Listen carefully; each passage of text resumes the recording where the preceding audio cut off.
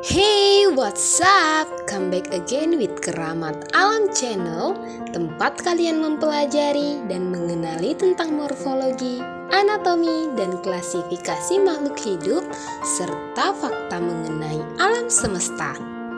Today, kita akan membahas tentang hewan yang sudah pasti tidak asing lagi bagi kalian semua. Yap, benar. Ini adalah pacat. Dalam bahasa Latin, pacat disebut sebagai Haemodipsa javanica.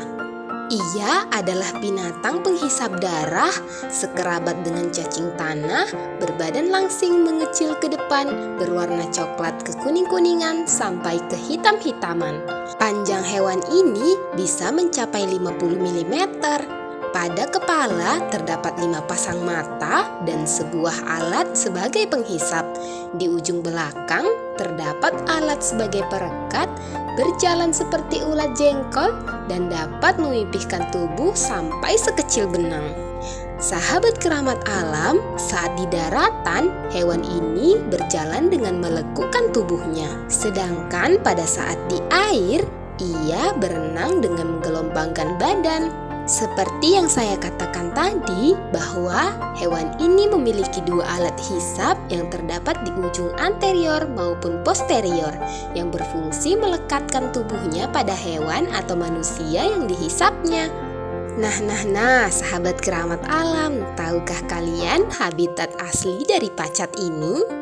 Pacat dapat ditemukan di seluruh benua kecuali Antartika. Kebanyakan pacat lebih menyukai daerah pinggir danau atau kolam yang tenang, dangkal, dan ditumbuhi tumbuhan atau genangan dekat sungai atau aliran air yang lambat. Biasanya, pacat banyak ditemukan pada daerah lembab di tanah atau pepohonan. Lalu, bagaimanakah dengan perkembangbiakan pacat? Jika dari kalian ada yang tahu, silahkan tulis di kolom komentar ya. Nah, pertama-tama akan saya beritahu kepada kalian bahwa pacat adalah hewan berjenis kelamin ganda. Akan tetapi, hewan ini bersifat hermafrodit protandri. Artinya, organ reproduksi jantannya yaitu testis matang terlebih dahulu sebelum ovarium. Sepasang pacat akan berkopulasi dengan menjajarkan tubuh mereka dengan kepala satu pacat searah dengan ekor pacat lainnya dan bersentuhan di daerah klitelum sehingga gonopori jantan salah satu pacat menyentuh gonopori betina pacat lainnya. Sebuah spermatofora berisi sperma dikeluarkan dari penis menuju gonopori betina dan sperma yang dikandungnya kemudian dipindahkan ke vagina dan disimpan di sana. Sahabat keramat alam, tahukah kalian bahwa pacat berkembang biak dengan cara bertelur? Pacat akan menyimpan telur-telurnya di dalam sebuah sarung khusus. Pacat biasanya meletakkan sarung tersebut di tempat tersembunyi di bawah kayu, di dalam celah-celah atau tanah yang lembab. Hayo, dari kalian ada yang pernah melihat telur pacat? Kalau Mimin belum pernah ya. Kalau kalian pernah, silahkan tulis di kolom komentar dan bagikan pengalaman kalian. Nah, sahabat keramat alam, pernahkah kalian digigit pacat? Gigitan pacat biasanya hanya mengejutkan saja dan tidak berbahaya untuk manusia. Tindakan yang disarankan untuk melepaskan pacat adalah dengan menggunakan garam. Akan tetapi, biasanya seekor pacat yang melekat di kulit luar akan melepaskan diri setelah kenyang. Penggunaan garam memang telah terbukti mempercepat lepasnya pacat, tetapi dapat menyebabkan masuknya darah dari pacat ke tubuh manusia sehingga meningkatkan resiko infeksi.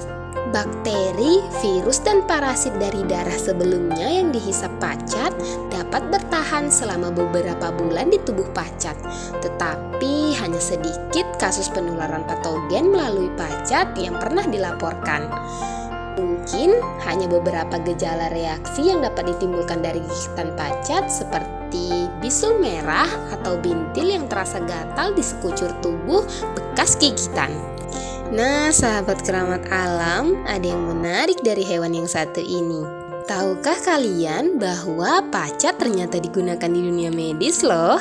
Pacat telah digunakan untuk membuang darah dengan tujuan pengobatan sejak 2500 tahun yang lalu. Di Yunani kuno, pembuangan darah dilakukan berdasarkan teori humor yang pada waktu itu merupakan teori utama pengobatan di Yunani dan ditulis di koleksi Hipokratik dari abad ke-5 sebelum Masehi. Menurut teori ini, kesehatan seseorang tergantung dari keseimbangan antara 4 humor, yaitu darah, empedu kuning, empedu hitam, dan flegma atau ingus. Jika seorang tabib menganggap pasien memiliki terlalu banyak darah sehingga mengganggu keseimbangan, kemudian pacat digunakan untuk membuangnya. Bahkan pada tahun 1980-an, penggunaan cara ini sedikit mencuat dengan adanya bedah mikro, operasi bedah yang menggunakan mikroskop.